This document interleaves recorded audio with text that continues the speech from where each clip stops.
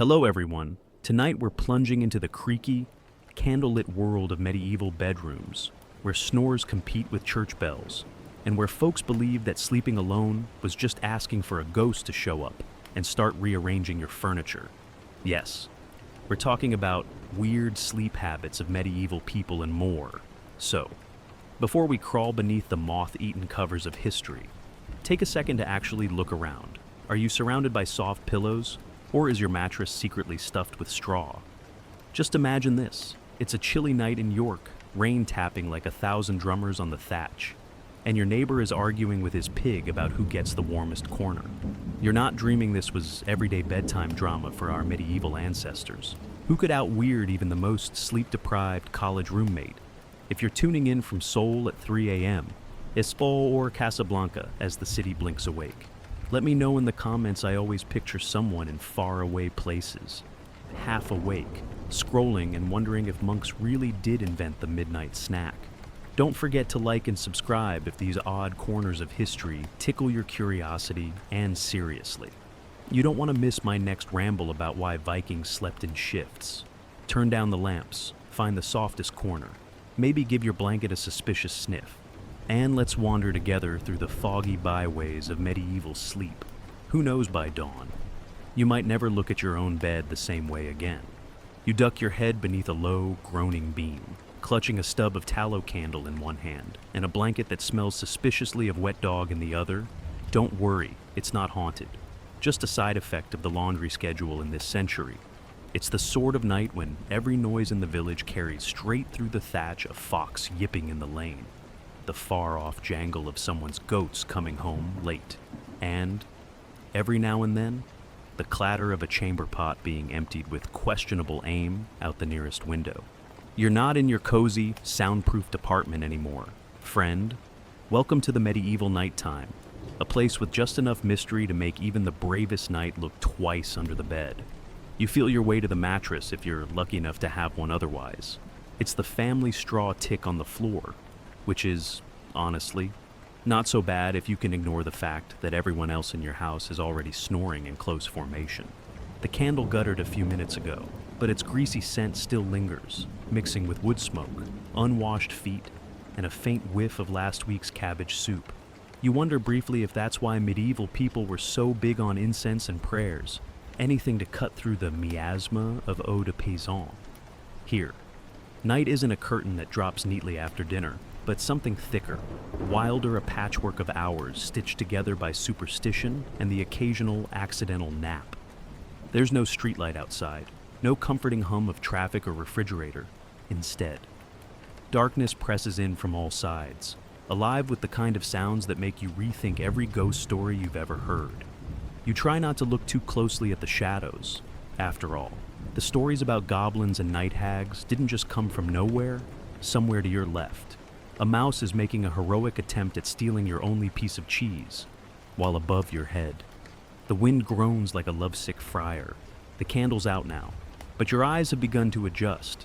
You can just make out the shapes of your bedfellows, maybe your mother, who snores like a drowning rooster, or your little brother, who's rolled himself into the blanket and isn't giving it back.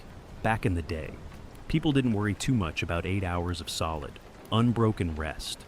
Who has time for that when the cows might calve at midnight and the Lord's tax collector could show up at dawn if you're a noble? You're probably tucked up with a pile of furs, a bed warmer the size of a cauldron, and at least one terrified servant praying you don't wake up with a request for poetry or politics. But most folks are like you, making the best of whatever warmth and comfort they can find, grateful for a roof overhead. Even if it leaks on Tuesdays, you reach for the wall, rough and cool under your fingers, and remember maybe a little enviously those Roman hippocausts you read about, all toasty floors and warm water. Here, your best bet is cuddling up to someone else, or, if you're lucky, snagging a spot next to the fire before it dies down to sullen embers. No shame in that. Half the parish priest's sermons are about the virtues of humility, after all. Just as your mind starts to wander, should you have double-checked the lock on the door? Or will the family goose handle security tonight? There's a faint sound from outside. Maybe it's just the night watchman, stomping along with a lantern and muttering about thieves. Or maybe it's something older, something that likes the dark and knows you left a bit of bread out by accident. You pull the blanket higher, not scared, just respectful of tradition. The world outside is full of stories will-o'-the-wisps bobbing in the marsh, spectral monks rattling their chains, saints and sinners walking side by side through dreams and nightmares. Inside, the only thing that really matters is getting warm, staying quiet, and hoping that the morning brings clear skies and no new bites. The night is long, but so is the human imagination, and as your eyes grow heavy, the candle's memory flickers behind your eyelids, shadows become stories, and the room, cold, crowded, oddly alive, becomes the backdrop for 100 secret adventures. In the end, you're just another traveler crossing the hours, waiting for the first blush of dawn to gild the window and send the night's creatures scurrying. You're drifting, not quite awake, not quite gone, when suddenly the room itself seems to sigh. Cold seeps in at the edge of the covers, and there it is again, that peculiar sensation that the night is only halfway through. In your world, the idea of getting up in the middle of the night usually means either a desperate search for the bathroom or, if you're really unlucky, a snack run that ends with questionable leftovers. But here, in this candlelit medieval chamber, being awake at midnight isn't an accident. It's a way of life. Welcome to the Two Sleeps. Friend, you've just slipped into history's oddest circadian rhythm. Let's set the scene outside. The moon slouches low behind patchwork clouds. Every so often, a breeze rattles the wooden shutters and brings with it the scent of mud, hay, and something suspiciously barnyard. If you listen, you can just make out the whisper of distant voices your neighbors are up. 2. Maybe the blacksmith, who always seems to be fixing something at ungodly hours. Or Old Maud, the one who swears by her midnight cup of ale. Turns out, you're in excellent company. In the Middle Ages, nobody expected a solid block of 8 hours rest. That's modern madness.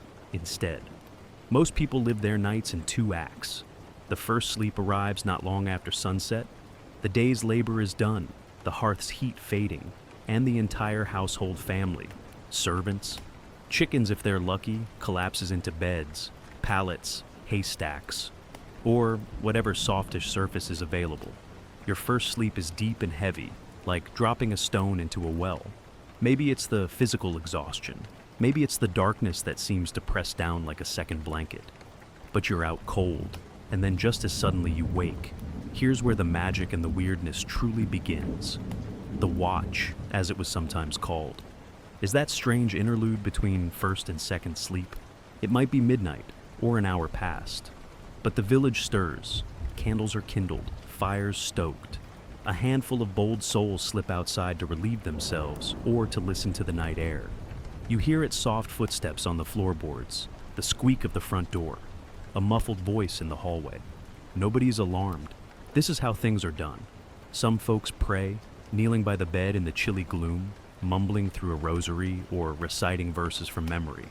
Others use the time for, shall we say, more intimate pursuits, a little marital business, a conversation whispered so the children don't stir, or, in the rare case of privacy, a bit of solitary thinking. If you're a servant, you might be sneaking an extra bite from the pantry, or tending to the ever-demanding fire, which, left to its own devices, would let the entire family freeze by morning. For farmers, this is often the hour to check on livestock or to see if the birth of a calf or a lamb demands attention. Medieval diaries, yes. Even in the land before smartphones, mention people rising to read, write, or simply ponder their own dreams before sleep claims them again. This intermission in the night isn't something people question. The concept of a single, unbroken stretch of rest is as alien as indoor plumbing or Wi-Fi. You see, without the electric lights we now curse for keeping us awake, human bodies simply synced with the rise and fall of natural darkness. Your internal clock was ruled by the sun, the moon, and, if you were a bit superstitious, the position of Venus or the tolling of the church bell. And what do you do during the watch? It's up to you.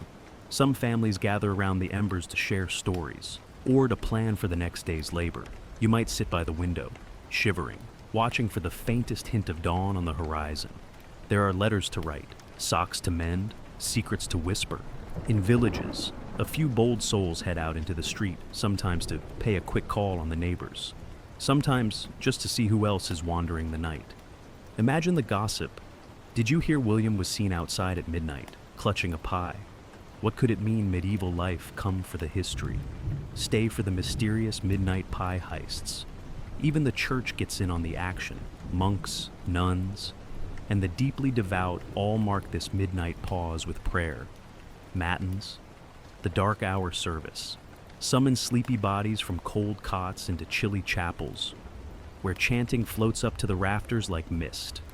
There's something otherworldly about this moment, a hush, a sacred stillness. If you squint, you can almost see the veil between worlds thinning, as if the night itself is holding its breath.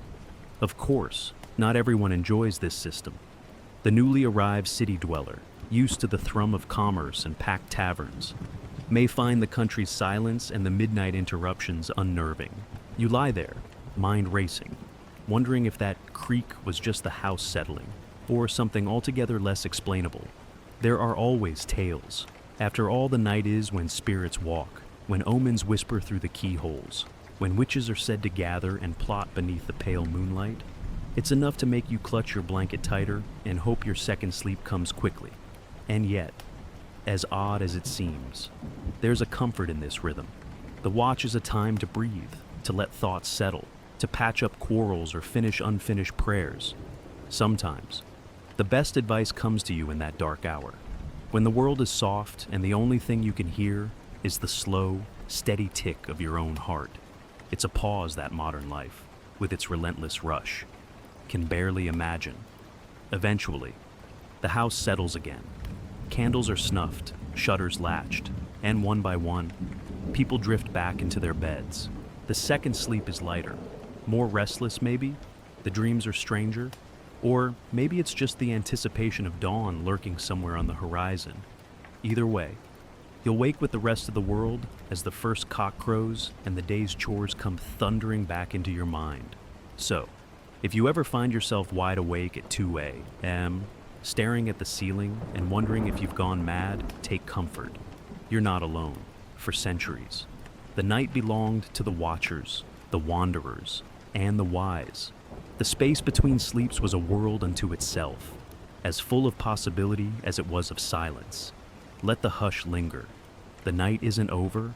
The story continues. Step quietly now. You're up again, bare feet on creaky floorboards, the rush of cold air shocking you out of whatever dream you'd been enjoying or escaping. Around you, the house is a maze of shadows. Medieval people loved their darkness like a fine stew, rich, murky, with just enough lumps of terror to keep things interesting. It's the watch between first and second sleep. And if you thought the Middle Ages were all about knights and chivalry, welcome to the real battlefield, your own bladder. Let's get brutally honest.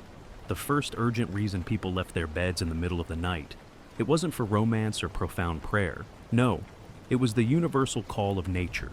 And trust me, indoor plumbing was about as common as a dragon sighting. You stand, clutching your nightshirt if you're lucky enough to own one, fumbling in the dark for the trusty chamber pot tucked somewhere under the bed. Is it half full or half empty either way? You hope you don't knock it over. There's a distinct, earthy perfume to the chamber pot routine. If you're wealthy, maybe your pot is made of cool, painted porcelain, or, for the truly regal, silver inlaid with delicate patterns.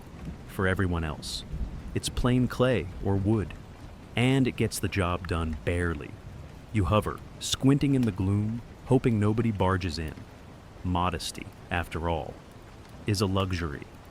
And you share this room with a rotating cast of family members, servants, and possibly a goat or two if you live out in the countryside. By the way, privacy. A delightful myth. Even the king would have to endure the snores, grumbles, and midnight shuffling of others. Now, if you're feeling brave, maybe you attempt a trip to the privy. The outdoor toilet, perched like an afterthought behind the house, is not for the faint of heart. Every sound outside, wind in the hedges, the hoot of an owl, the ghostly squeak of a rat turns into a full-blown supernatural threat. Your imagination does the rest. Suddenly, The privy seems less like a solution and more like a dare. You tiptoe back, deciding maybe you didn't need to go so badly after all. Of course, the second greatest challenge of these midnight adventures is the lighting situation. Picture it you, holding a stub of candle, wax dripping onto your hand, eyes watering from the smoke. Candlelight is unreliable, fluttering, often more shadow than glow. And here's a fun fact. Candles back then were usually made of animal fat, so the room smells faintly of old bacon and last year's mutton, not the crisp linen and fresh rain from your favorite influencer's Instagram. Sometimes the flame gutters out entirely, leaving you alone with darkness and the creak, creak, creak of the house settling, or not settling, as the case may be, now. Try not to stub your toe on the wooden chest or step in something mysterious. In the medieval night, hazards abound. The family cat, self-appointed ruler of the night shift, weaves between your legs like a shadow with an attitude. You curse softly, then remember you're not supposed to, and whisper a hasty prayer just in case someone or something is listening. Here's the real secret in the darkness. Your senses become sharper. You hear every drip from the leaky roof, every sigh from the chimney, every distant bark of a dog who has, you're convinced, just seen something that will haunt your nightmares for weeks. Maybe you spot a glimmer from a neighbor's window. Yes, someone else is up, fumbling through the same rituals. For a moment, you feel a kinship with all the midnight wanderers across the ages, from peasants to princes, united by the urge to pee and the terror of stubbed toes. But the night's work isn't just about bodily business. While you're up, you might check the fire, banking the embers so the house won't freeze before dawn. In fact, keeping the fire alive is a nightly obsession. If the flame dies, everyone wakes up to a room so cold you can see your own breath. You shovel ash, prod the coals, maybe add a pinch of dried herbs to mask the smoke, and say a quiet thank you to whoever invented blankets.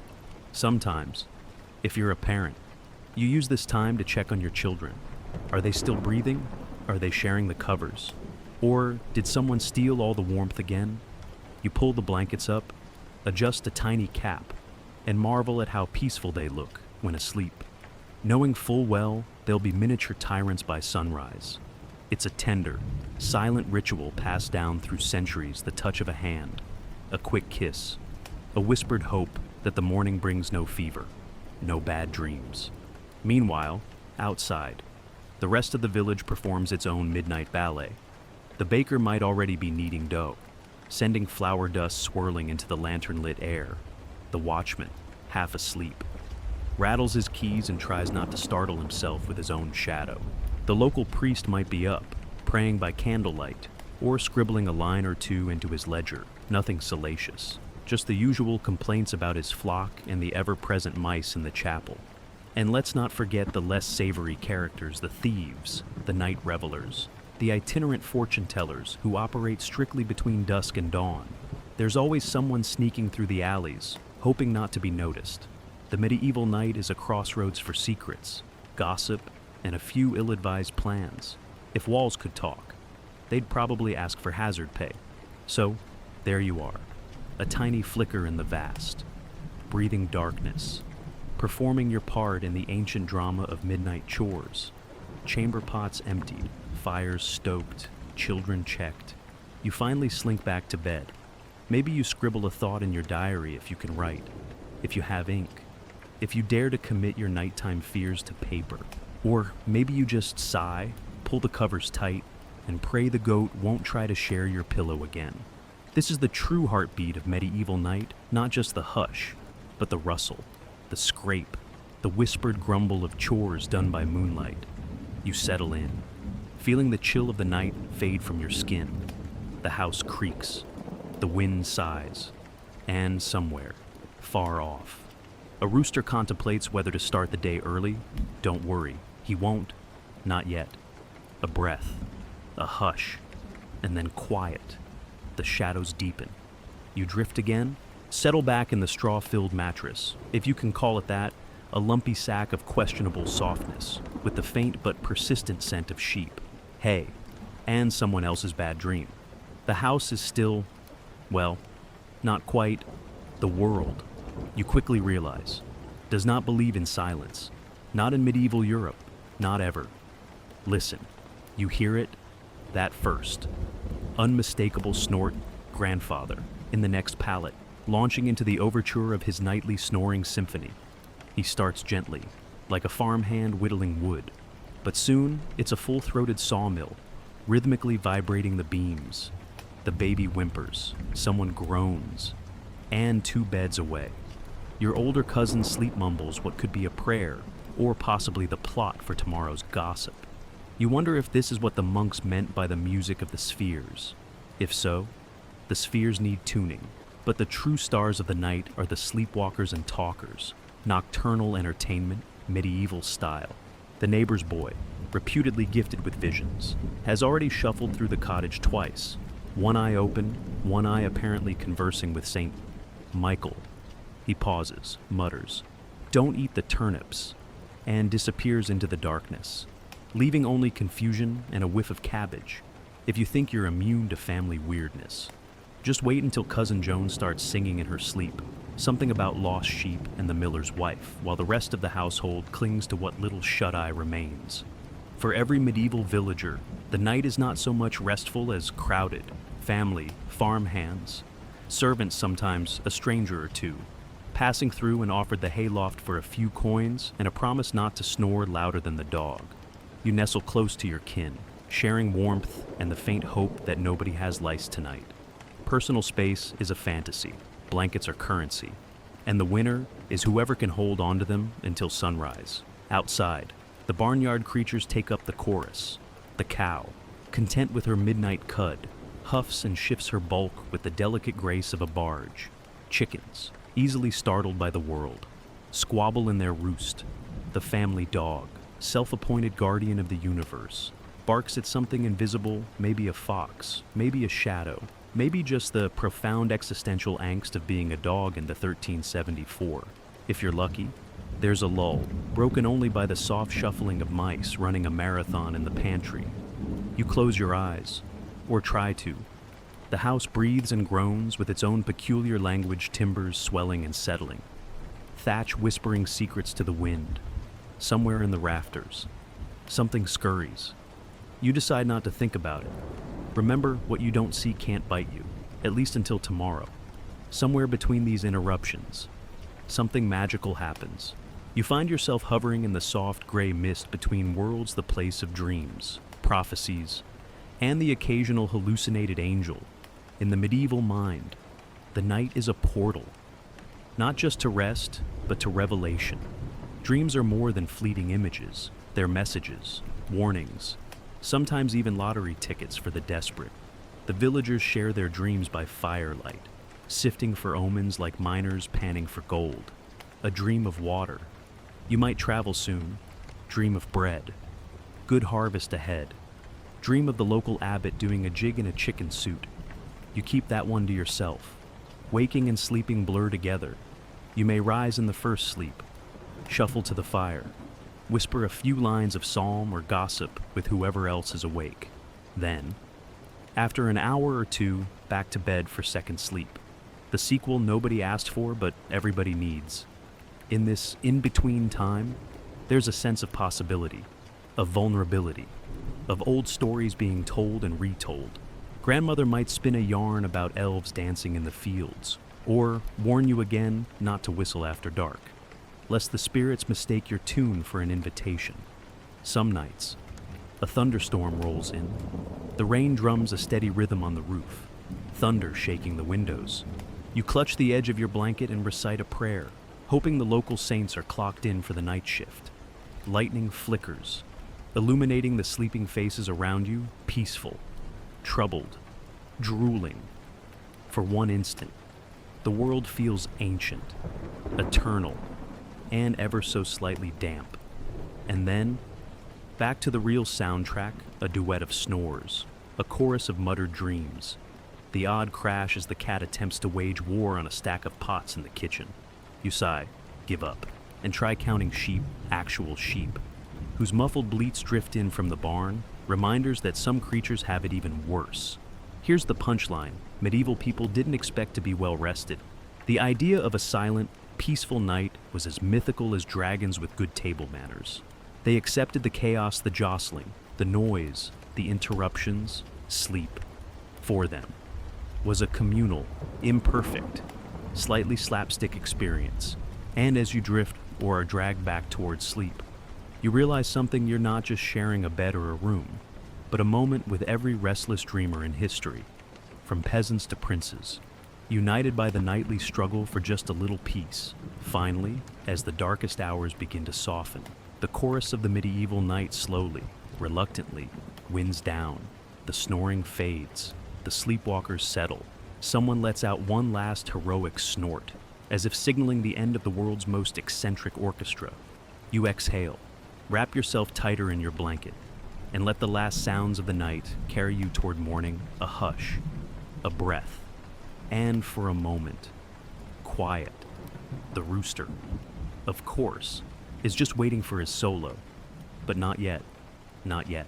Now, let's follow your stomach. Because, let's be honest, medieval nights were never entirely about actual rest. They were about staying alive, yes, but also about chasing comfort in all its crumbly, sticky, often slightly alcoholic forms. Picture it, you, bleary-eyed, wrapped in a scratchy linen shift, tiptoeing through the half-lit hall with the cautious optimism of a raccoon raiding a picnic basket. If modern midnight snacks are a guilty pleasure, then medieval ones are more like a survival tactic, equal parts necessity and rebellion. See, this is the era before refrigerators, microwaves, and Uber Eats. There are no neon signs promising late-night pizza, and nobody is delivering falafel at 2 in the morning. Instead, if you get hungry between first sleep and second sleep, you're at the mercy of whatever you remembered to stash behind the flour barrel: a hunk of hard cheese, a heel of bread so crusty it could double as armor, maybe an onion that's seen better weeks. You nibble, quietly, praying you don't wake the dog, the baby, or, worst of all, the person who claims ownership of that last piece of honeycomb. But you're not alone in your foraging. Across the manor or hovel, or drafty stone, there's always someone else awake, padding softly, chasing the promise of a little warmth or a stolen treat.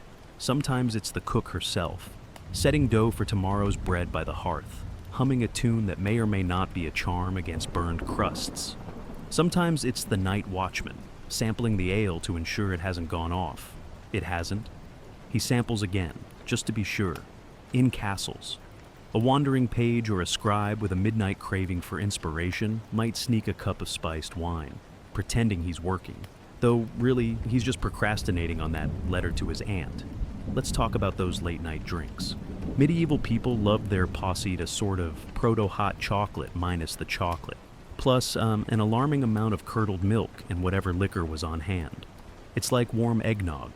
If your grandmother also happened to be an amateur apothecary, add a spoonful of honey, a pinch of nutmeg, and boom, you've got yourself the kind of concoction that could put an ox to sleep, or at least convince him to lie down quietly.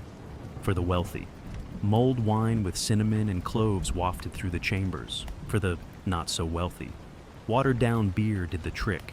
The idea was simple if you couldn't fight off the cold or the anxiety. You could at least dull their edges with a sip and a snack. You can almost smell it, can't you? The toasty aroma of bread crisping in the embers, mingling with the sharp tang of fermenting ale and the faint whiff of onions stored for winter. The soft crackle of the fire, a lullaby for the restless. Maybe the stew from supper is still hanging in the pot, thick with lentils and turnips, calling your name like an edible lullaby. You lift the lid, try not to drop it, and sneak a spoonful. Perfection, or, edible enough. There's a reason food features so heavily in medieval stories and songs. The night, after all, is long if you're lucky. You have enough to eat if you're very lucky. Someone remembered to salt the fish or keep the butter cool in the well. For peasants, a handful of beans or porridge scraped from the bottom of a pot might be the difference between sweet dreams and a rumbling stomach that echoes through the rafters. For the nobility, feasts left leftovers: cold venison, candied fruits, slices of roast pie gone slightly leathery with age but no less tempting in the dark. Nothing is wasted, especially not by the candlelight of a hungry night. And let's not forget the superstitions that lurk around every morsel. Grandmother will tell you not to eat garlic after sunset, the devil's hour, obviously. while Uncle Bernard claims a midnight onion will keep the fairies at bay. You weigh your options: risk a fairy encounter or dare the morning breath of legend. Most medieval snackers choose the latter. Besides, fairies have their own problems. They're probably off raiding someone else's pantry. Of course, food wasn't just about filling bellies. It was a comfort, a small rebellion against the uncertainty of the world. When wolves howled in the forest or rumors of plague drifted in from the next village, there was solace in a hunk of cheese, a mug of warm ale, or the crackling laughter of a sibling who couldn't sleep either. For children, the taste of honeyed bread in the dark became a memory stitched into every lullaby. For adults, it was an excuse to whisper, to plan, to share secrets, or simply to keep the shadows at bay. Sometimes, if you were very young or very old, you'd be woken deliberately for a bite, the fragile, the sick. The nursing mothers all were gently roused to eat for strength, or to fool death, who, as everyone knew, prowled the night with a suspicious fondness for empty stomachs. Medicine and food were twins: a clove of garlic pressed into bread, a posset steeped with herbs for dreams, a sweet made from rose petals to calm the nerves. You might not trust the doctor, but you trusted grandmother's pantry. What's that? Did someone just spill the last of the mead? No worries, the dog will handle it. Or failing that, the cat will lick up the evidence before the monks at Matins can startle the whole house with their bells. You sneak back to bed, crumbs in your hair, heart a little lighter, tongue tingling with spice and salt and the taste of something just a bit forbidden.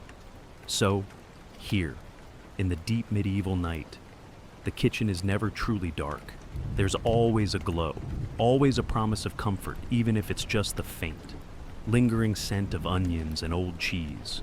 You curl beneath your blanket, a secret smile on your lips, belly full or at least not empty. The world outside forgotten for a while.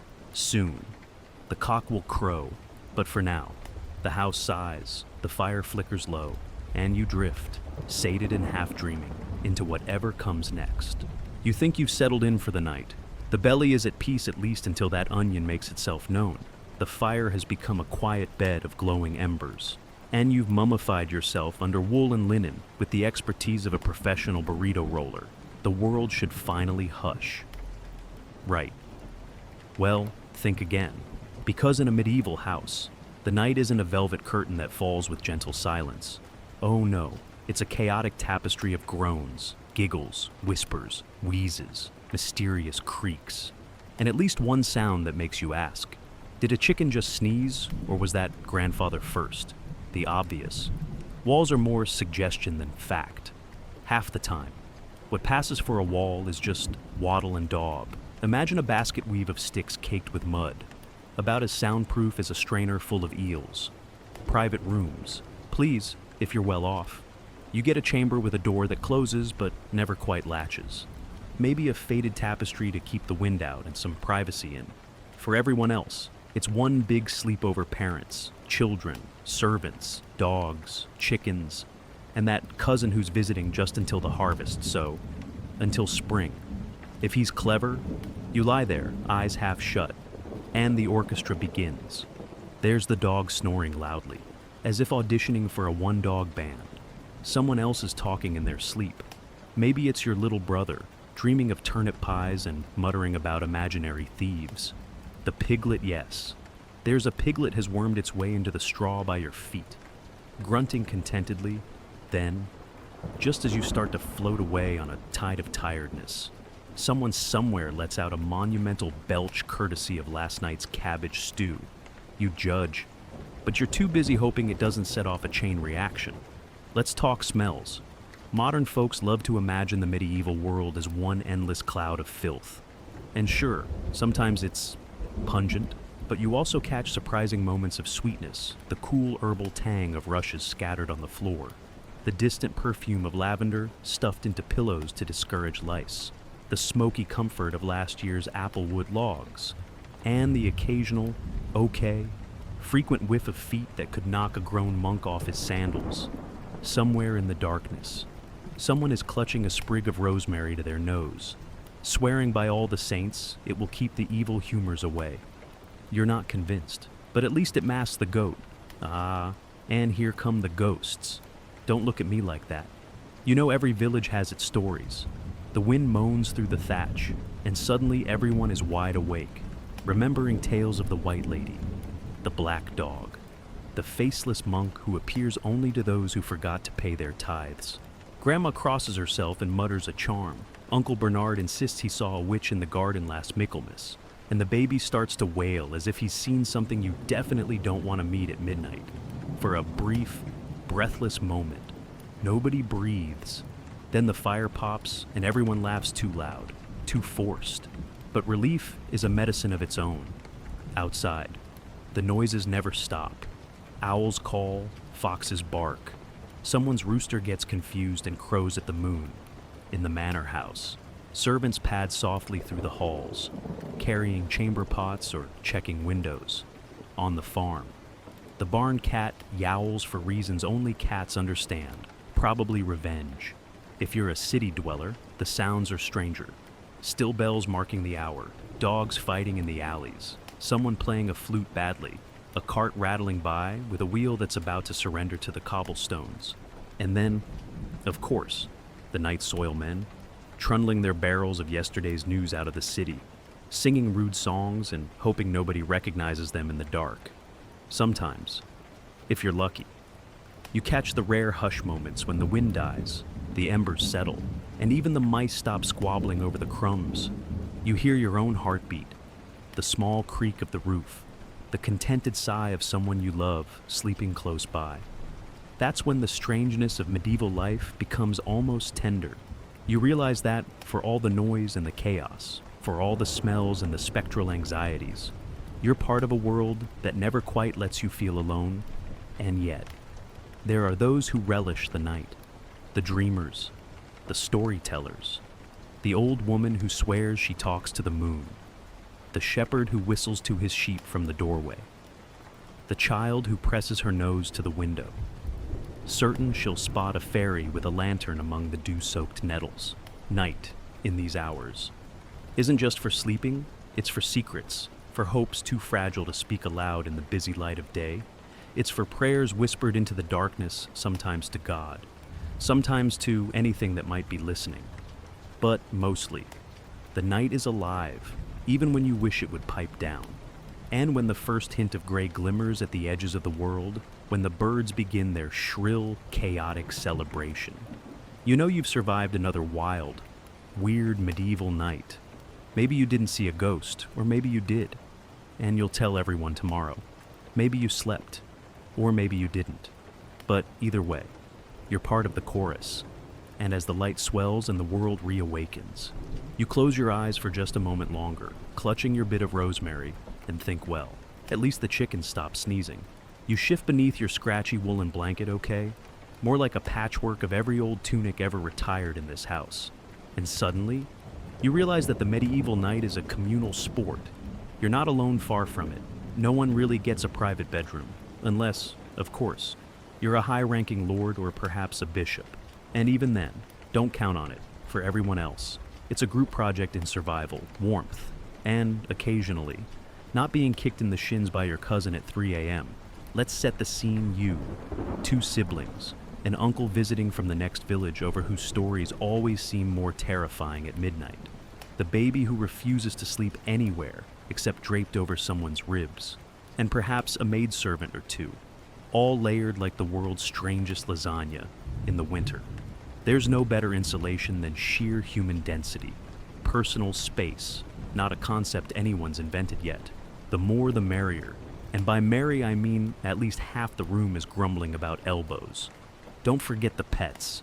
There's a half-blind spaniel curled at your feet who will, at some ungodly hour, have a dream so vivid that you're awakened by a flurry of frantic paws, a cat on the windowsill judging everyone, and if you're really lucky, a chicken who's been promoted to indoor status for special laying. There's also the occasional sheep, just for the worst nights, whose opinions on bedtime stories are notoriously underwhelming. Now comes the age-old question, who gets the wall? It's not a trivial matter.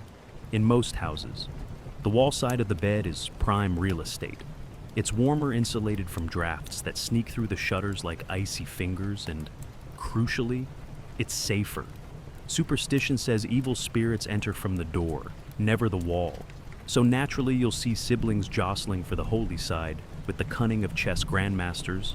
The smallest, cleverest child often wins, burrowing into the fortress of pillows before anyone else has even finished their bedtime prayers. Bedtime isn't a fixed hour, either. Some folks head to their straw pallets with the sunset, while others hang around the fire, telling stories or darning socks until the embers wink out. Sometimes, if you're a servant or apprentice, you don't get to claim your spot until everyone of higher status has chosen theirs. And woe betide the last one, and there's a good chance you'll be wedged next to someone's feet. Questionable hygiene, excellent heat source, or at the edge where a nighttime roll means a tumble into last season's potato sack. It's not just family, either. Hospitality is a cardinal virtue. If a traveler passes through, they're not left to freeze in the barn. No, they get squeezed into the human Tetris of the main room, gifted a blanket, a chunk of bread, and a polite warning not to snore too loudly or steal the cat. Festive times. Imagine twice as many bodies, all giggling and whispering into the night, interrupted only by the rhythmic rattle of someone with a legendary cold. Sometimes, beds are more like platforms, giant wooden structures wide enough for 6 or 7 people, with curtains you can close for modesty. But modesty as relative privacy exists only in the minds of those determined to believe in it. There are stories of newlyweds whose first night together is gently supervised by aunties with advice, a torch, and a suspicious amount of enthusiasm for herbal remedies. If you're a noble, you might have your own chamber, but don't be surprised if your attendants sleep on the floor nearby, ready to leap up at the first call for water or a midnight snack. In the dead of winter, all rules dissolve. The walls are cold, the fire is stubborn, and you'll sleep anywhere and with anyone if it means avoiding frostbite. If you're lucky, someone smuggled in a hot brick from the hearth, wrapped in linen, and tucked under the covers like a medieval hot water bottle.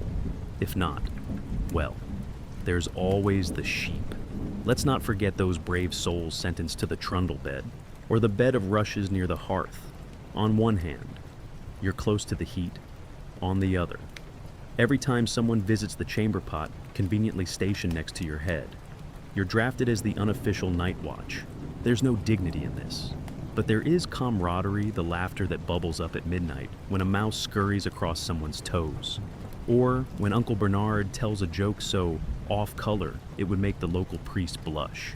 And in the early hours, when you're half awake, you become part of an ancient choreography shifting, sighing, rolling, murmuring, finding the one spot where the mattress isn't plotting against your spine. No one's really still. People turn, arms tangle, the cat departs in a huff, and someone, always, manages to steal every last scrap of blanket by morning. Somehow. It works. You wake up with hair like a scarecrow and the taste of someone else's dreams drifting through your mind. You blink in the gray light, listen to the house slowly stretching awake coughs, yawns, creaking boards, and you realize, once again, that survival isn't just about comfort or privacy. It's about sticking together for warmth, for safety, for the stories you'll tell over bread and ale when the day truly begins. And if you didn't get the wall this time, there's always tomorrow, and a new round of the Great Bed Shuffle.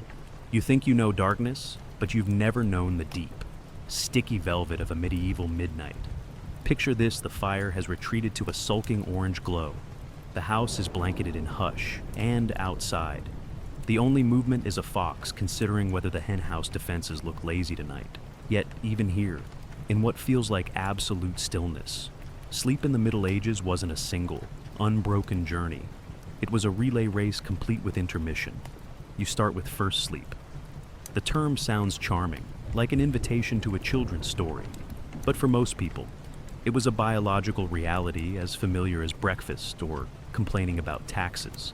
After dinner and evening chores, maybe a little gossip, a quick prayer, and an epic search for the missing wooden spoon, you and your household crowd onto your various sleeping platforms, pallets, or straw-stuffed sacks. The air still tingles with smoke, wool, and the ghost of whatever stew you burned for supper.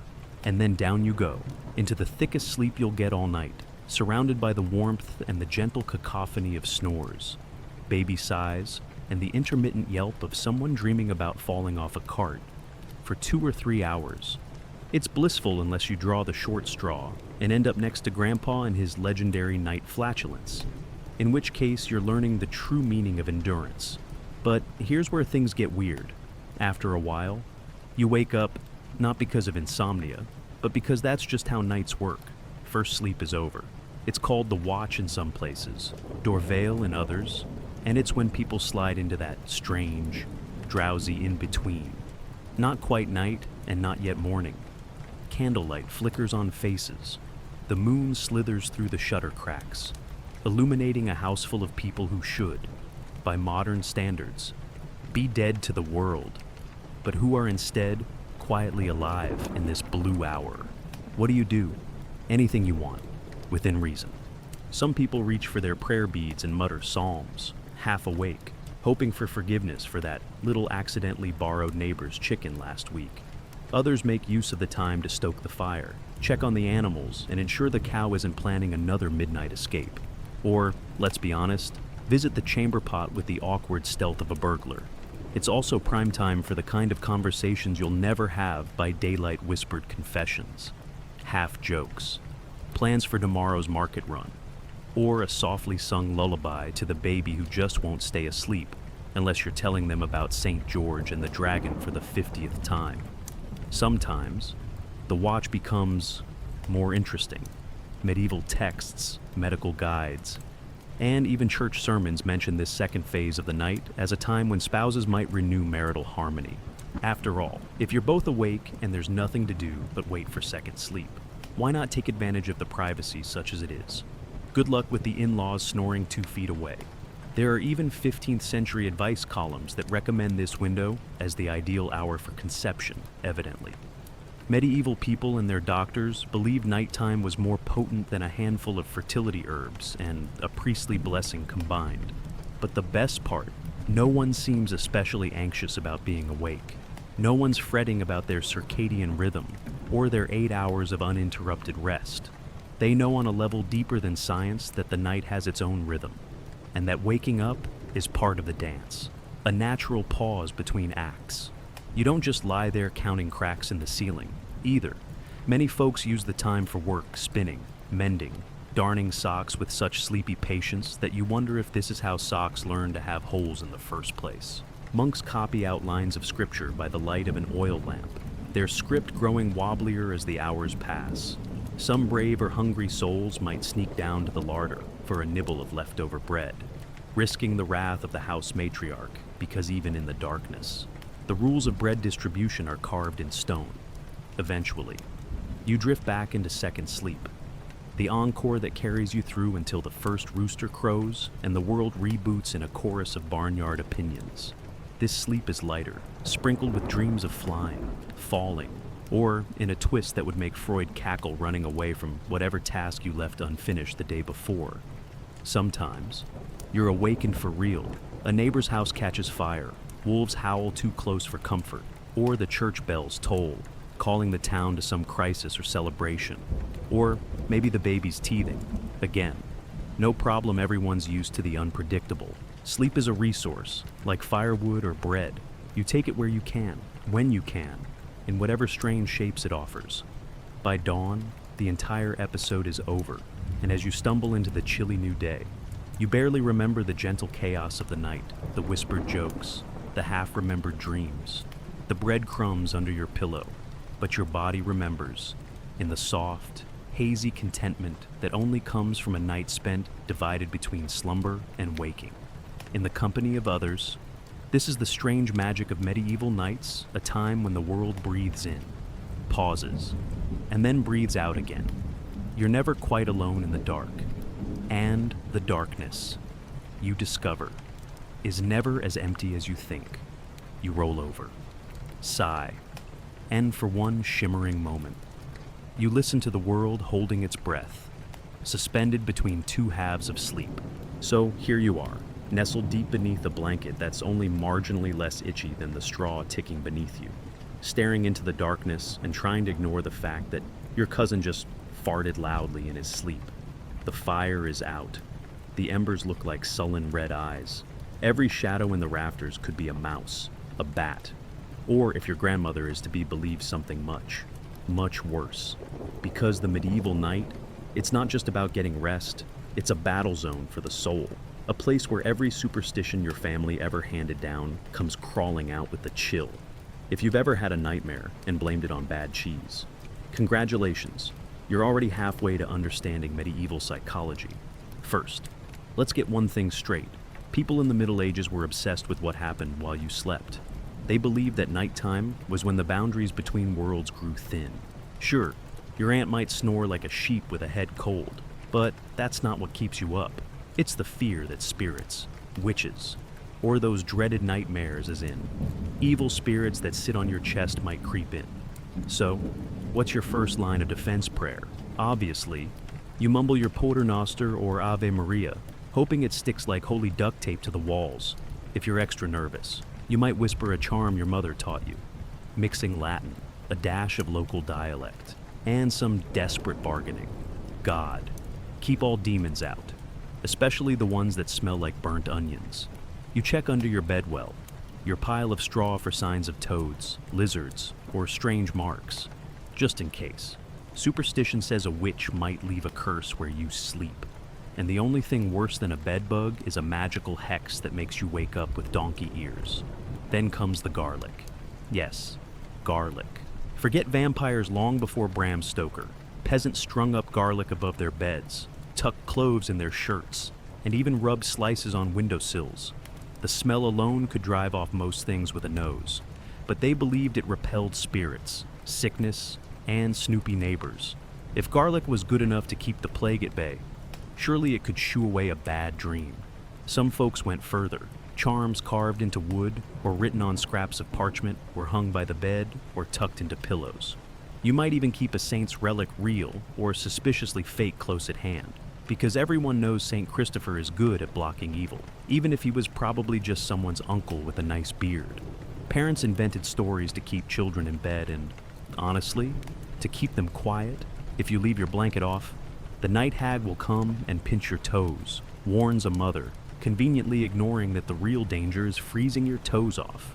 For extra insurance, a child might be sprinkled with holy water or given a bit of blessed salt to lick before bed. Try not to confuse that with the last bit of porridge.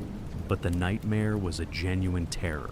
No, not a horse galloping through your dreams, but a heavy weight pressing down on your chest, leaving you paralyzed, breathless, and convinced the devil himself was sitting on you.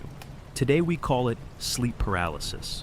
Back then, it was ironclad proof that you needed more holy water and less midnight cheese. In the countryside, some believed that cats and dogs could see what you could not.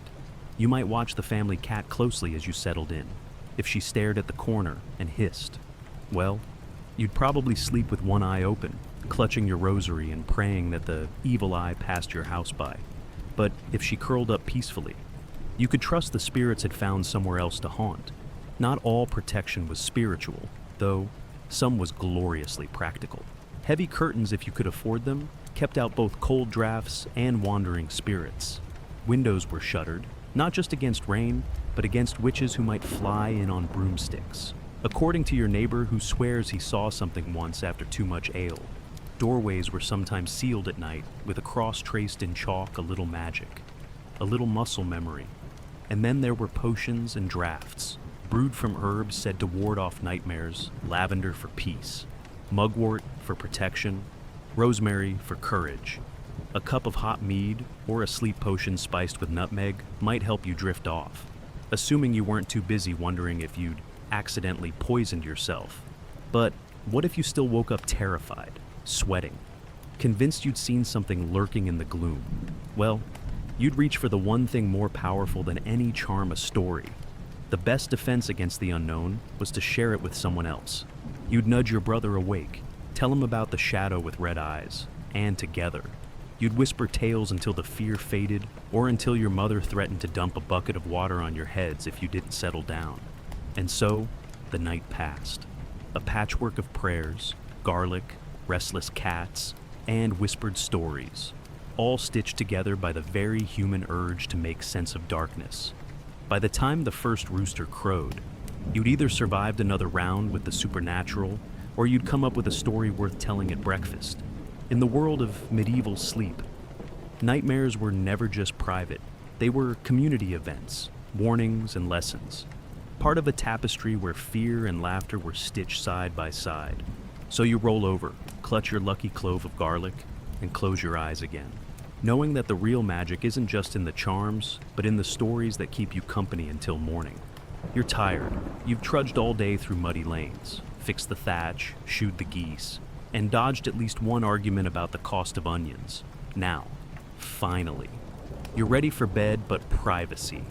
That's as mythical as a dragon with a day job. The fire is guttering low. The room is thick with the tang of smoke and sheep, and your little brother has already taken up more than his share of the straw mattress. If you want alone time, you'll have to invent a new form of invisibility. Let's set the scene: one room, maybe two if you're wealthy. Ceilings are low, walls leak wind, and beds are a rare luxury unless you count a straw tick, a rough wool blanket, and the occasional chicken deciding your feet make a great nest.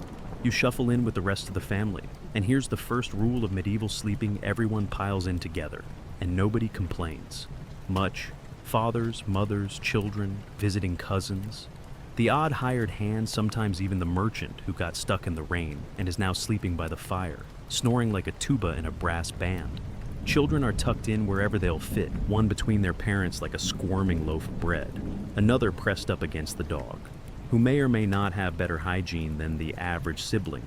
If you're thinking, isn't this awkward? Sure, at first, but soon you realize, warmth is everything. The more bodies, the less you shiver. People aren't just family. Here they're insulation. Medieval houses weren't known for central heating. The best you could hope for was body heat, a roaring hearth, and maybe a piglet tucked under the blanket if it's a really cold winter's night. If your little sister kicks in her sleep, well, that's just part of the fun. If Grandpa snores loud enough to rattle the rafters, count it as a lullaby. And then there's the issue of visitors. Hospitality is serious business. If a traveler comes calling, you can't exactly offer them a private guest room. Those exist mostly in fairy tales and very rich castles. No, your guest squeezes in wherever there's space, sometimes in bed with you, sometimes on the floor by your head, sometimes using your best tunic as a pillow. It's not weird, it's survival. And besides, you'll have plenty to gossip about in the morning. Don't forget about the animals. Yes, animals. Not only did they help keep the house warm, but sometimes they were safer inside than out. A cow lowing softly in the darkness, chickens muttering in their sleep, a goat nuzzling up against someone's bare toes. This is the true medieval lullaby. Some folks kept their prized livestock inside at night to guard them from thieves or wild beasts. Others just enjoyed the extra warmth. Try to get comfortable with the gentle aroma of cow, hay, and the faint but inescapable tang of manure. Bedtime rituals, if you can call them that, are hilariously practical. Someone might recite a quick prayer, someone else mutters curses at the cold. Another person checks the door for the third time, just in case that one fox from last week comes back for round two. The youngest children wriggle and giggle until a stern parent orders enough. But the best discipline is knowing that tomorrow starts at dawn. So, you'd better get what rest you can. Of course, sharing a sleeping space means everyone knows everything about everyone. You'll learn who talks in their sleep, who grinds their teeth, who whispers to themselves about debts unpaid, or lovers lost, farts, snores, muttered dreams. Privacy is so rare it practically sparkles. And when someone actually manages to sneak off alone, say, for a midnight pee behind the woodshed, the absence is noticed, maybe even gossiped about the next day. If they're lucky, if you're thinking this sounds like a recipe for chaos, you're not wrong. Boundaries are creative, maybe a plank hung with a threadbare sheet for the parents, or a line of boots to divide one bed from another. But mostly, the medieval world isn't built for secrets. The simple act of undressing for bed is a feat of acrobatics and modesty. Everyone averts their eyes, except for the toddler who stares as if you've just performed a magic trick. The rare luxury of an actual bed is reserved for the highest in the house parents, or the elderly, or perhaps a guest of honor. The rest of you pile onto pallets, sacks, or even just a woolen cloak spread on the ground. It's not comfortable by modern standards, but when the wind is howling, it's a blessing, and yet, somehow, this chaos weaves a kind of comfort, the rise and fall of shared breathing, the gentle shuffle as someone repositions a tired limb, the warmth pressed against your side. These are the things that lull you toward dreams. Stories are whispered into the darkness, tales of saints and monsters, of heroes who slept beneath open skies, of ghosts who steal into rooms like a draft under the door. When morning comes, the whole room stirs as one coughs, groans, the scrape of a pot, a rooster crowing somewhere way too close to your head. You blink awake, look around, and realize everyone survived another night. Privacy may be a modern luxury, but solidarity waking up together, laughing over the night's adventures, complaining about the snoring and the dog's cold nose, that's a medieval privilege. So tonight, as you squeeze into your spot on the straw, just remember in this age, the more, the merrier, and if you find a chicken under your blanket, well, at least it's not a goat. You're finally dozing off, cheeks pressed into a lumpy straw mattress, when the night offers up its most persistent surprise, the medieval bug brigade. You may think you've survived the day's labors and the endless chatter of relatives, but as soon as the room hushes, another kingdom comes alive.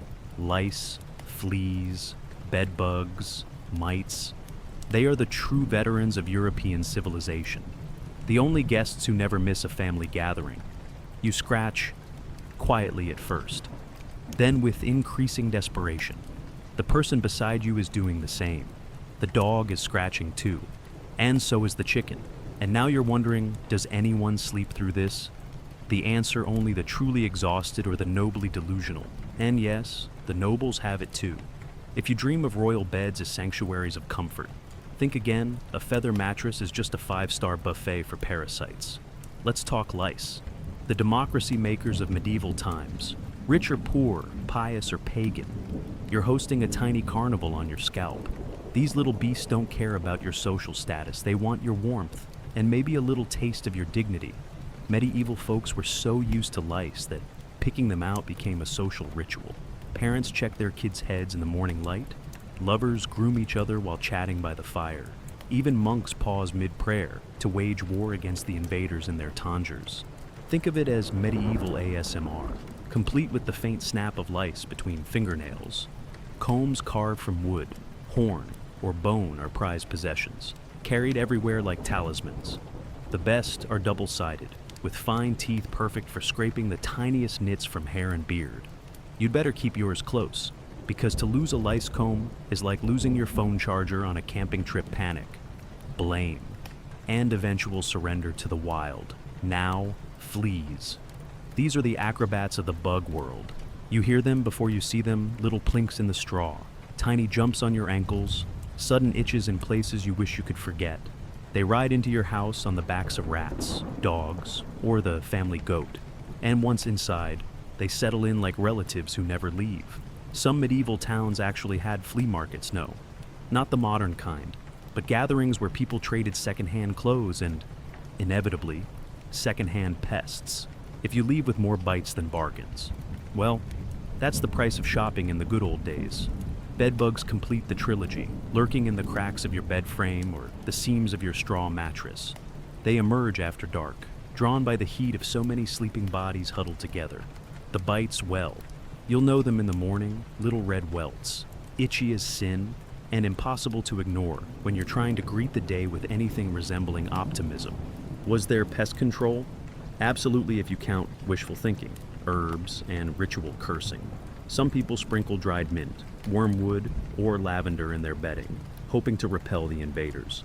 Others hang bundles of rue, garlic, or rosemary above the bed, half for the bugs, half for bad dreams. Did it work? Sometimes, at least. It made the air smell more interesting, even if the bugs just got bolder. Clothing, too, is suspect. Linen undergarments help a bit. They're easier to wash than wool, but even the freshest shirt can hide a flea or two. That's why laundry day is less about sparkling whites and more about boiling your drawers in cauldrons big enough to stew a knight's armor. And if you're very unlucky, you might find a neighbor boiling their breeches in the same pot. muttering prayers for both cleanliness and mercy. And then there are the more creative solutions. Some folks swear by the bake and shake, holding their shirts and tunics over the hearth, shaking loose a rain of dazed fleas into the fire. If you see someone slapping their clothes against a rock at dawn, they're not fighting a grudge, they're fighting for a scratch-free night. The bravest, or perhaps the most desperate, shave their heads entirely. Monks perfect this look, not only for humility, but also for a little pest control. No hair, nowhere to hide at least. That's the theory. Though the bugs are ever adaptable, even so, pests aren't just a nuisance, they're a part of the medieval landscape. Lice, fleas, and mites are a kind of background music. An itch here, a scratch there. A communal moment when someone shouts, "Who brought the plague into bed this time?" Sometimes, they're scapegoats for deeper fears. If someone falls ill, you can always blame the bugs, even if last week's dinner of questionable stew might be the real culprit. It's not all horror, though medieval people are masters of making peace with discomfort after a few years. You hardly notice the itching until someone mentions it. And then, of course, everyone scratches in unison, a chorus of solidarity. The bugs become a grim punchline in a world where laughter is sometimes the only defense. So, as you close your eyes tonight, wrapped in a blanket that smells faintly of lavender and last month's rain, remember you are never truly alone. Some companions are just too small to see, too determined to be banished, and too woven into the fabric of daily life to call anything but inevitable. If you wake at midnight with an itch, take comfort you're living history in its most honest and most exasperating form. Let's be honest, if you've never spent a night in a room with 5 other people, 2 goats, and a rooster who doesn't understand time zones, you haven't really experienced medieval acoustics. Privacy. That's for future generations and people with stone walls. Here, you learn to share everything, especially the sounds that drift, thud, and snore through the darkness. You settle into your corner of the mattress, maybe with a lumpy pillow that smells suspiciously like last year's onions, and brace yourself. At first, the room hums with quiet, soft breaths, the shuffle of someone adjusting a blanket, the creak of a bed frame as a cousin rolls over. If you're lucky, you catch a few moments of peace before the chorus begins. The snoring starts quietly, as all tragedies do. Uncle Piotr, let's call him that, sleeps with his mouth open, a steady bass rumble that sets the straw quivering. His wife, not to be outdone, emits a delicate nasal whistle, punctuated by explosive little snorts every time she turns her head. In the far corner, the youngest child whimpers through a fever dream about being chased by a turnip with teeth. You think it's funny at first, then realize you're never going to get back to sleep. Now add in the animals. Chickens murmur to themselves. Dog paws thump as if chasing rabbits in a dream. And somewhere close, maybe too close, a mouse is chewing through something valuable. Perhaps your only spare sock, if it's raining. The leaks in the roof offer a percussive counterpoint.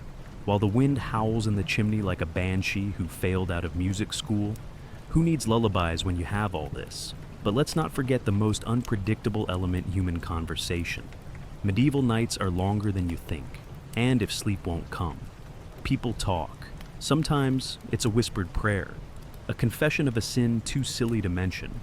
In daylight, I stole 3 onions from Marta and replaced them with rocks. Sometimes it's advice about the weather, or a ghost story passed down from a neighbor who once saw something moving in the mist. You lie there, eyes wide open, trying to decide if you're comforted or more awake than ever. And just when you're drifting off, bam, someone farts, loud, heroic.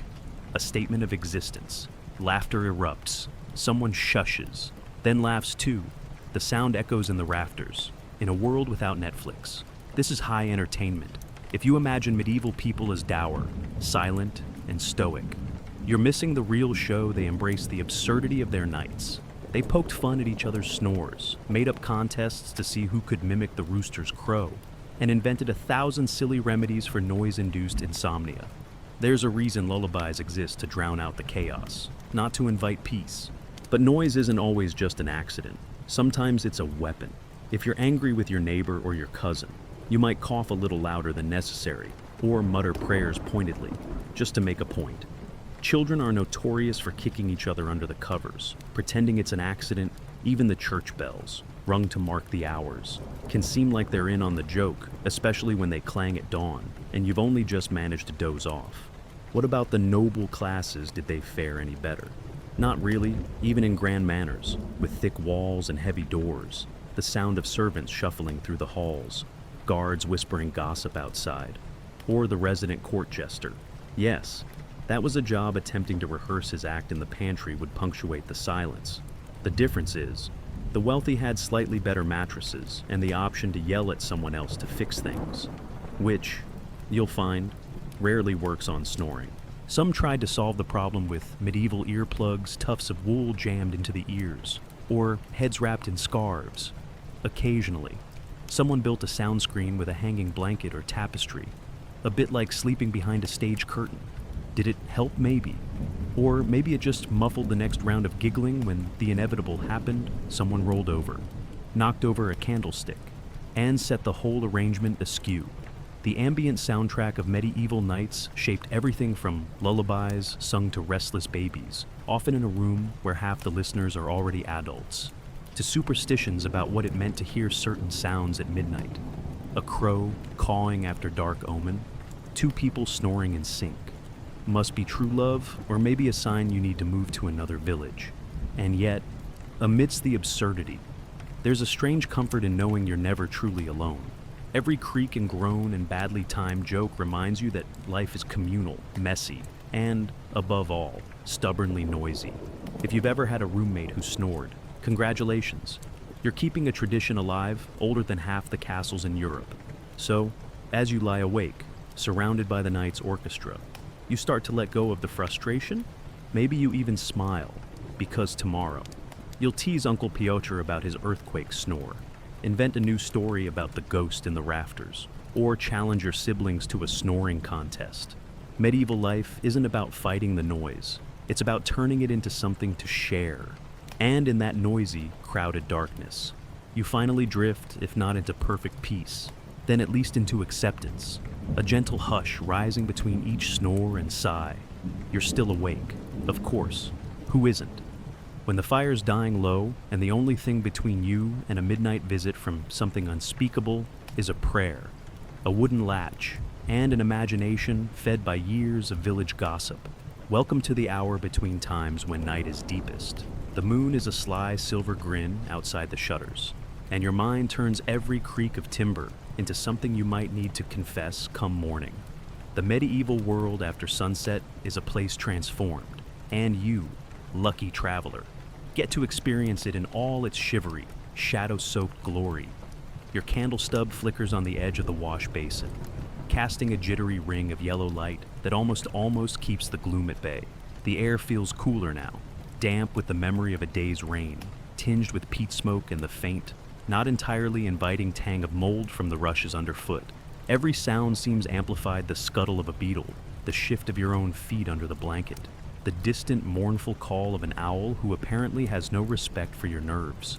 You might try to close your eyes, but let's be real half the time. You're listening for things you hope you never actually hear. A wolf's howl. Out beyond the fields, the strange two-note whistle that local legend insists is a warning of fairies, the troublemaking kind. Not the friendly Disney type. Or worse, the muted footsteps of a neighbor, coming to borrow fire or share news nobody wants at this hour. If you think anxiety about the dark is a modern phenomenon, try asking someone in 1384 what they do when they hear a branch scrape the roof after midnight. They'll launch into stories that make every hair on your arm stand at attention.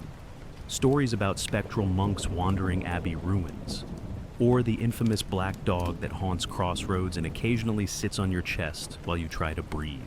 Is it sleep paralysis, or just last night's turnip stew coming back to haunt you? The debate is ongoing. Even the built environment conspires to keep you guessing. Windows are tiny and shuttered, built to keep out cold, evil spirits, and the occasional village drunk looking for his own door. The fire is banked down, embers glowing like the eyes of a mildly bored demon.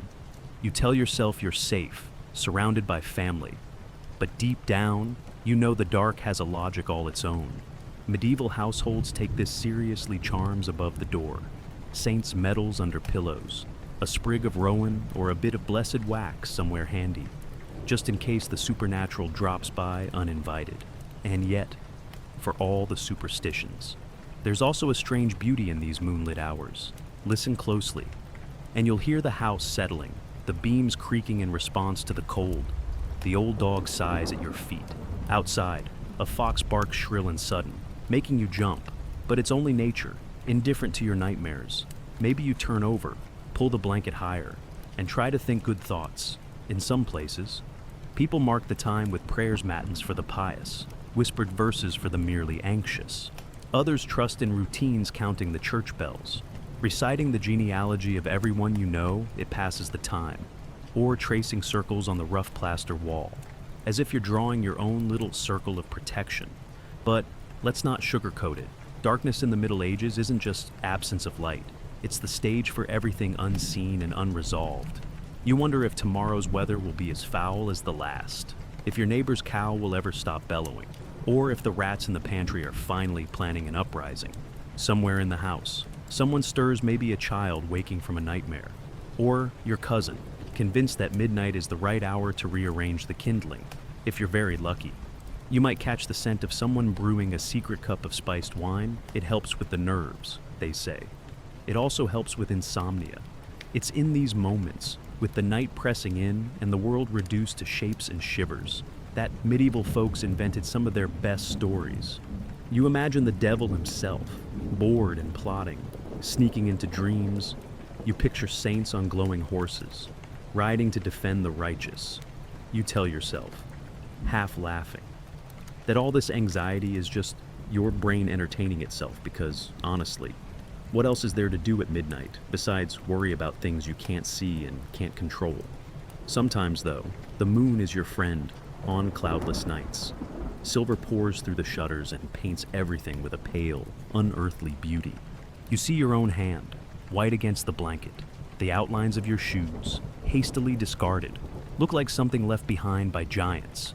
You lie there, half awake, feeling as if you could float right up and out the window off to some distant, enchanted wood where the only monsters are the ones you bring with you. If you're truly unlucky or blessed, depending on your appetite for the dramatic, the night will deliver one final surprise. Perhaps the local drunk, returning late, mistakes your house for his and rattles the latch. Or a barn cat takes a flying leap onto the roof, sending tiles clattering. Your heart jumps, your eyes fly open. And for a few seconds, you're more alive than you've been all day. The world is big and mysterious.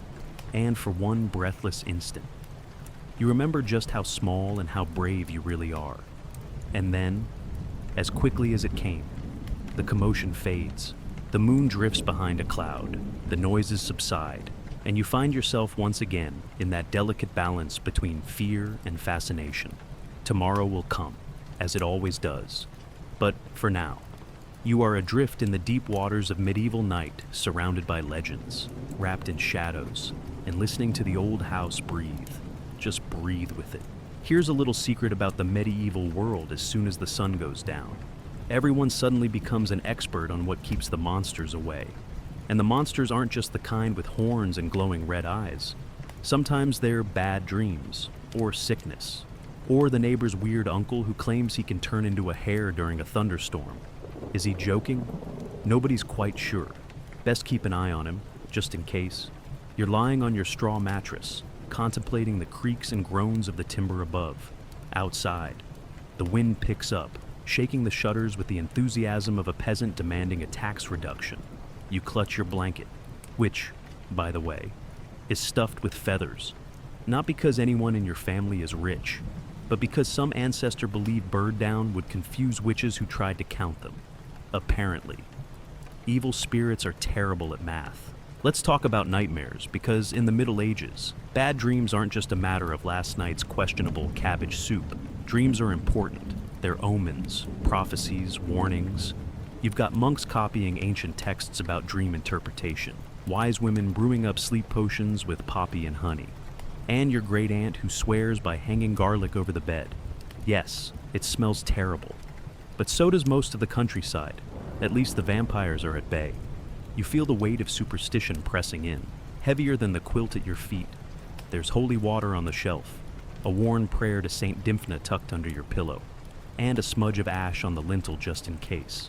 If you ask your neighbor, she'll insist that no one, absolutely no one, should ever sleep with their feet pointing toward the door, unless you want to be carried out by the next bad wind. It's not morbid, it's just the sort of cheerful, practical advice you get around here. Sometimes. You hear stories about sleepwalking, though nobody calls it that. Instead, it's moon madness or night wandering. And if someone is found roaming the village lanes in their nightshirt, you blame the full moon, or a restless spirit, or maybe that one time they forgot to say their prayers. No one really understands what's happening, but everyone agrees that the best remedy is a cold cloth, a firm hand, and maybe a stern lecture from the parish priest.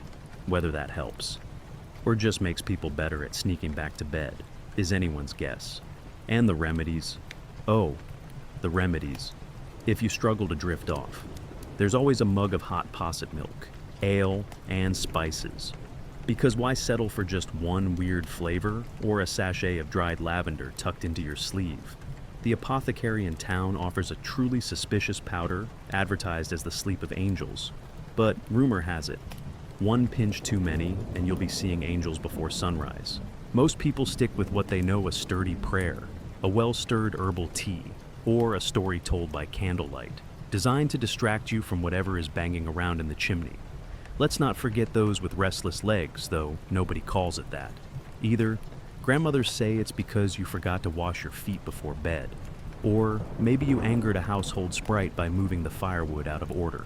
Apologize, sweep the hearth, and don't forget to leave a crumb of cheese for the fairies. Can't hurt. As for children, the rituals grow even stranger.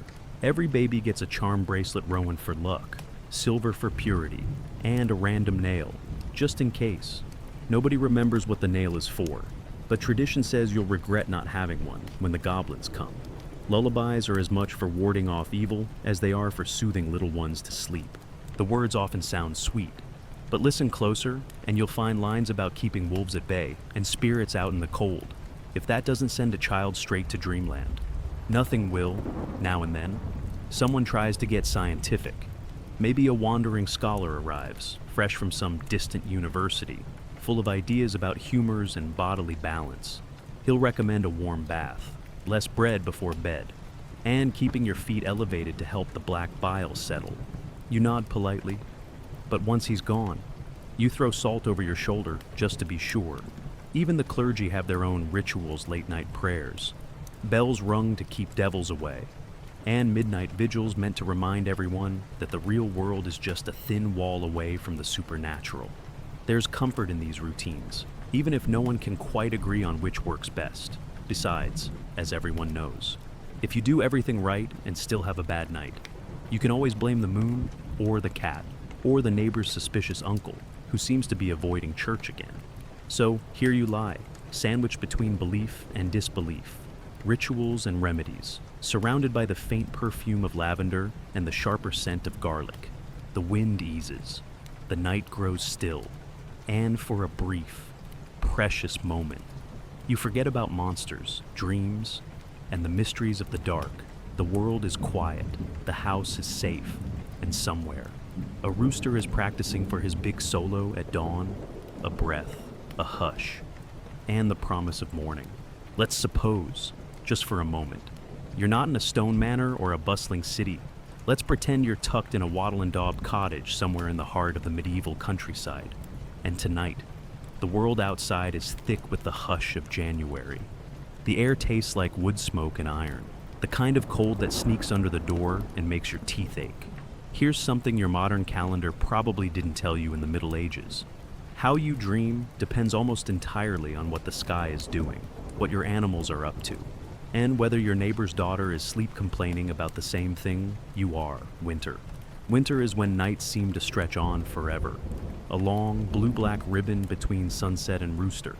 You crawl under your scratchy blanket if you're lucky, with a hot brick wrapped in linen at your feet, and listen to the wind try to get in. Somewhere out in the barn, your cow is dreaming up her own troubles, and you wonder if animals lie awake, too, thinking about what's for breakfast, your family parents, siblings. Maybe a granny or two lie so close you can hear their breath mingling in the dark if someone snores. Well, that's just a medieval lullaby, isn't it?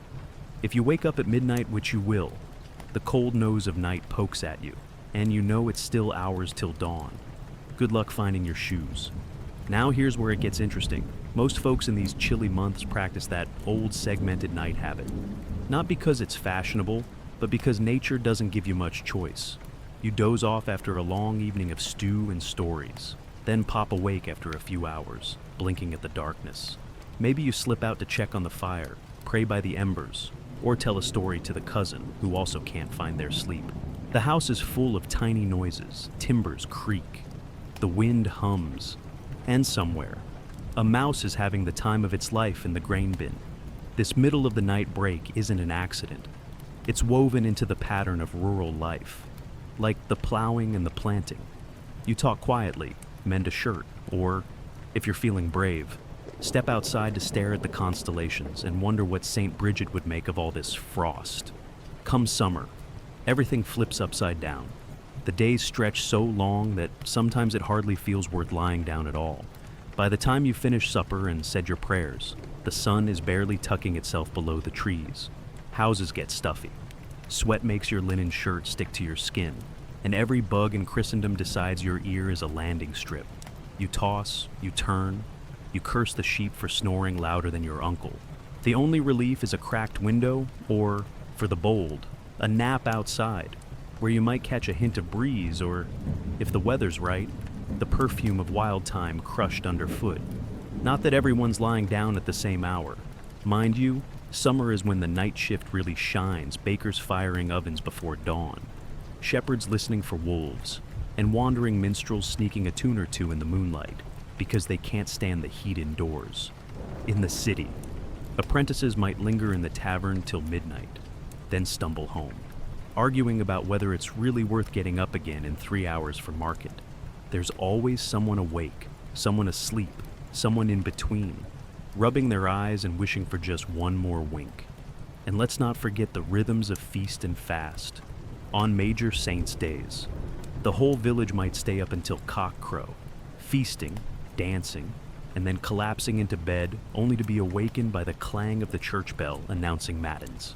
On fast days, your stomach rumbles so loud it keeps everyone else up.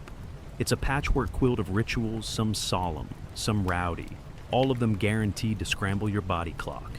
If you're lucky enough to be a monk or nun, and I use lucky loosely, your year is one long calendar of scheduled interruptions. Monasteries run like well-oiled clocks, with bells breaking the night into chunks for prayer, work, and maybe a stolen nap in the choir stalls. The monks at Cluny or the sisters at Fontevraud might see more stars by moonlight than most poets ever do, rising in the cold, shuffling through stone corridors, and chanting psalms to keep the darkness at bay. It's less about sleep and more about staying on God's good side, or at least not dozing through the great silence and getting caught by the abbot. As the seasons spin, so do the rules of night. Spring is for cleaning, and you swear you'll fix that draft by next winter. Autumn, you're stuffed on apples and cider, barely able to keep your eyes open before the last ember dies. Each time the sun moves, your world turns too. Sometimes you surrender to the dark, sometimes you fight it, sometimes you just roll over and hope nobody notices you snoring. And all the while, above you, the stars keep watch, silent witnesses to every tossing limb and whispered prayer. Out in the fields, the moonlight finds its way through the shutters, silvering the walls, turning every shadow into a possible ghost or a hopeful dream. So you lie there, bundled against the cold or sweating in the stillness, letting the seasons write their strange, sleepy story across your life. In the morning, you'll barely remember the wakeful hours, but in the tapestry of medieval nights, every thread counts. The house settles, the rooster yawns, and the world just for now lets you drift, one breath at a time, into the hush between calendar pages. You're still lying there. Aren't you somewhere between the second cockcrow and the first glimmer of daylight, pressed between scratchy linen and the weight of centuries?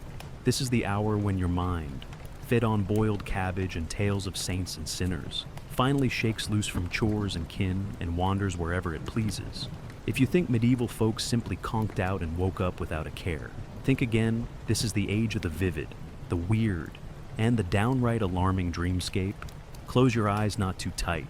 You never know who's watching, and picture yourself slipping across that fragile border between waking and whatever comes next. Out in the world, a fox might be screaming at the moon, or the neighbor's pig rooting under your fence. But in here in the velvet dark, things get stranger.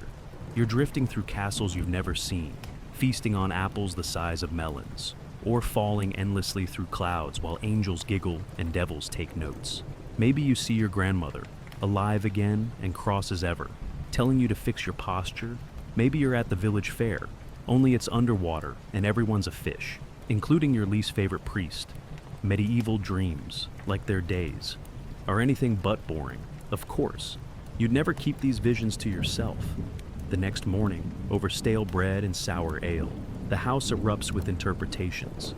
Your mother insists that dreaming of losing teeth means a death in the family.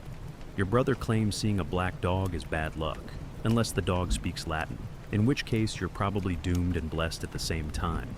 And your cousin, the one who claims to have the second sight, nods gravely and tells you to avoid anyone named Henry for a fortnight. But not all dreams are just dreams. In the medieval world, dreams are mail from the other side, sometimes a message from God, sometimes from the devil, and often from your own overworked stomach. If you're a monk, you might spend hours puzzling over whether last night's flying nun was a divine vision or just the cheese talking. Priests debate the difference between true and false dreams. Did you see the Virgin Mary, or just a very enthusiastic owl? No wonder medieval people treat dream books like bestsellers, flipping pages with inky fingers in search of an omen, a warning, or maybe just a reason to skip work. And let's not forget the nightmares. Ah yes, the classic old hag sitting on your chest, squashing your breath, stealing your voice. You'd call it sleep paralysis, but the villagers call it being hag-ridden. And the only cure is to hang a sprig of St. John's wort over your bed, or mutter a prayer backward before dawn. If you're especially unlucky, you'll wake to find a cat staring at you from the windowsill, because everyone knows cats are witches in disguise, taking notes for their midnight report. Of course, the nobility have their own anxieties, dreams of falling from towers, losing battles, or being chased by peasants wielding nothing but turnips and bad tempers. Kings famously consult their court astrologers, desperate to know whether the dragon in last night's vision spells war, famine, or just too much spiced wine. Queen Eleanor of Aquitaine, they say, once dreamed of a lion and demanded all her courtiers wear gold until the moon turned. It didn't. But everyone looked very fashionable for a week. Peasants dreamed differently of lost sheep, of grain barns filled to the rafters, or of the tacksman tripping into a puddle and never being seen again. Sometimes, in the gray mist of not quite morning, you glimpse an ancestor, silent and stern, pointing toward the orchard or the graveyard. Depending on how you've behaved, sometimes you hear voices whispering riddles, solve them, and you'll have good luck, fail, and you'll stub your toe before noon. And what about the dreamless? Those rare souls who claim never to see anything behind their eyelids but black. They're either the holiest people in town or the ones most likely to be accused of witchcraft. It's a fine line, really, but every now and then you're granted a lucid dream, a rare and precious thing, a moment when you realize you're in a dream and can steer the ship. Maybe you choose to fly above the rooftops, or sneak into the Lord's kitchen for an imaginary midnight feast, or confess your love to the baker's daughter without her father reaching for his axe. For a few heartbeats, the rules slip and you, humble villager, are the master of your own odd little universe. By dawn, the candle is a stub, your bedfellow's elbow is in your ribs, and the rooster is crowing like he means it. You sit up, hair wild, unsure if the night's adventure was prophecy, nonsense, or a little of both. And so, you yawn, stretch, and slip your feet into cold straw, already plotting which parts of your dream to share and which to tuck away, safe from the laughter of your kin. Because in the Middle Ages, what happens after dark is never just nothing. It's another story, waiting to be told. The sun climbs, the dreams scatter, and the world returns with all its hungry pigs, cranky priests, and the promise that when the candle goes out again, anything could happen. A hush now. The shadows shrink, the bread smells fresh, and you are awake at least for now. You might think that. After a long day trekking through mud, rain, and the sort of countryside that looks exactly like the last 12 miles, but smells considerably worse, you'd be able to stumble into a cozy inn, flop down on a feathery mattress, and drift off with nothing more than a gentle snore. But you'd be mistaken, oh, delightfully, comically mistaken. In the great medieval sleep lottery, travel meant gambling with fate, comfort, and whatever was lurking beneath your blanket. Let's say you're a pilgrim on your way to Canterbury, Santiago, or, for the truly ambitious, Jerusalem. Your feet ache, your knees creak like church doors at midnight, and your belongings, such as they are, have collected enough mud to start a modest vegetable garden. The sun is dropping fast, the fields glow gold and then blue, and you're searching desperately for the hallowed sign of an inn or monastery that'll take in a dusty soul for the night. The good news, hospitality is a Christian duty, so technically, someone should let you in. The bad news, that someone might be a toothless widow with one blanket and an inexplicable herd of geese, or a tetchy friar who insists you confess your worst sin before he hands over a straw mat. Let's take you to the average village inn. Forget everything you've seen in period dramas. No polished wood, no roaring hearth, no mysterious strangers in the corner nursing spiced wine and tragic pasts. Instead, imagine a smoky room so low-beamed that even your shortest companion has to stoop.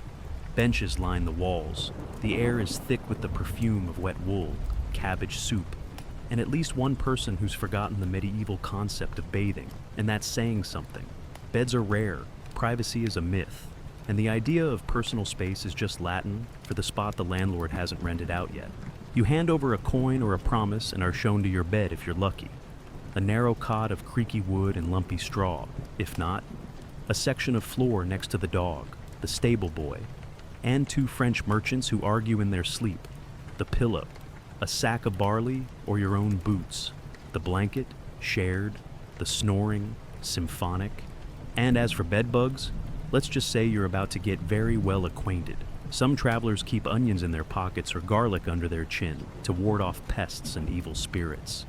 The real evil spirit, of course, is the chamber pot, which sits in the corner, glowering and brimming with last night's regrets. But perhaps you're not in an inn at all. Perhaps the last village was burned, the bridges are washed out, or you're too broke even for straw. Time to camp beneath the stars, which sounds idyllic until you realize how much dew collects on a woolen cloak, and how inventive rodents can be when searching for bread. Every rustle in the dark is either a hedgehog, a spirit, or someone trying to borrow your shoes. You wrap yourself tighter, pray to whichever saint you've adopted for the journey, and try not to wonder what that crunching sound was. Yet even the worst field is a palace compared to certain hostels, where communal sleeping means 40 strangers, 2 goats, and a monk who insists on reciting the Psalms all night because, apparently, God doesn't require sleep.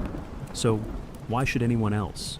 You might overhear tales of miracles, highwaymen, or what happened to the last traveler who snored too loudly. You try to look harmless, snuggle your purse, and dream of soft hay and a morning without bruises. Now, let's upgrade you to the high life, a wealthy merchant or a minor noble on the road. You travel with a small army servants, baggage, maybe a folding bed if you're truly fancy. Your tent is striped, your cloak lined with fur, and your dinner is whatever the cook hasn't burnt. When it's time to settle in, your valet fluffs your pillow, tucks in a heated stone if it's winter, and stands guard against thieves, ghosts, or jealous peasants. Of course, the ground is still the ground. The best bedding in Christendom can't stop the relentless march of beetles, nor the enthusiastic dawn chorus of every rooster from here to Avignon. But at least you don't have to share your blanket with the goose. And then, the monasteries. Those holy sanctuaries where travelers are received with scripture, soup, and the kind of stern hospitality that comes with conditions, silence after dusk, prayers at dawn, and a cold cell where the only decoration is a faded fresco of the martyrdom of someone who looks suspiciously like your host. You are shown to your plank, given a cup of weak ale, and told to be grateful. The walls are stone, the floors colder, and the silence is so deep you hear your own heartbeat counting down the seconds till breakfast.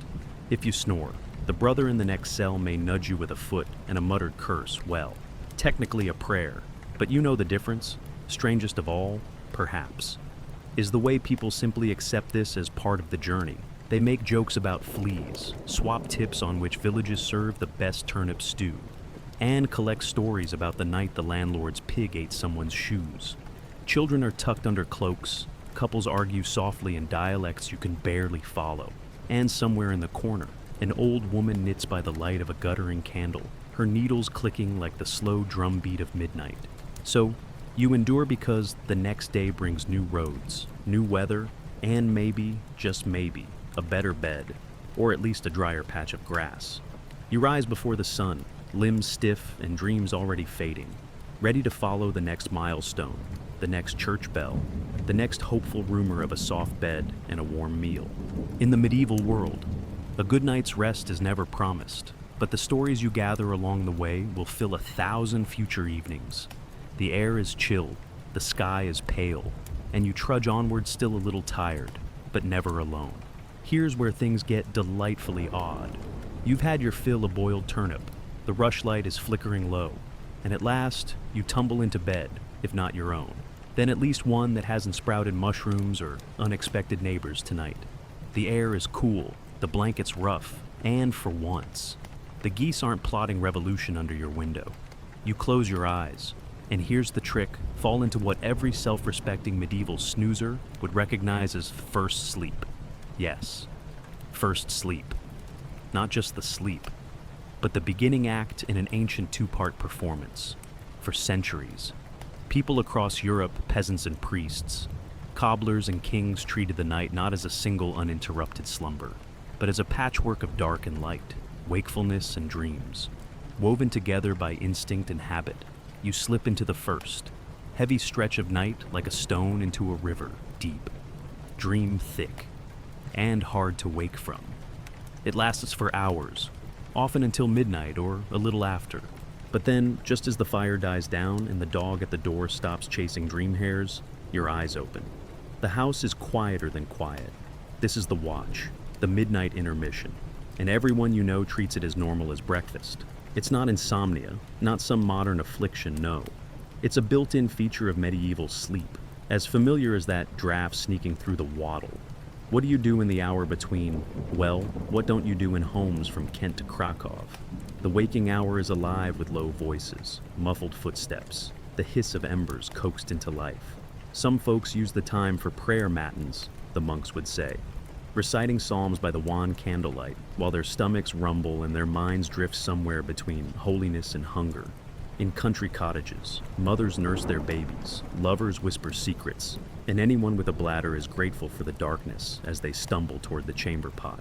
There's work, spinning, mending, plotting the next day's chores, or maybe just staring at the shadows dancing across the beams and wondering whether that thump outside was the neighbor's pig or the devil himself. Some people, especially the ones with things to regret, claim this is when ghosts walk, and the air itself feels thinner. Stranger? If you ever wondered why so many medieval prayers mention protection from terrors of the night, well, this is your answer. The night is not a solid wall, but a door swinging open and closed. The most entertaining thing about this segmented sleep isn't just that it existed, it's how people described it, how natural it seemed, and how completely most of us have forgotten it.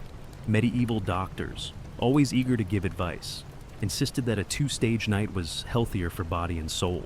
Aristotle, yes, that Aristotle, who probably never missed a chance to complicate things, believed the period between sleeps was the best time for thinking deep thoughts, or, as he so delicately put it, getting business done with one's spouse.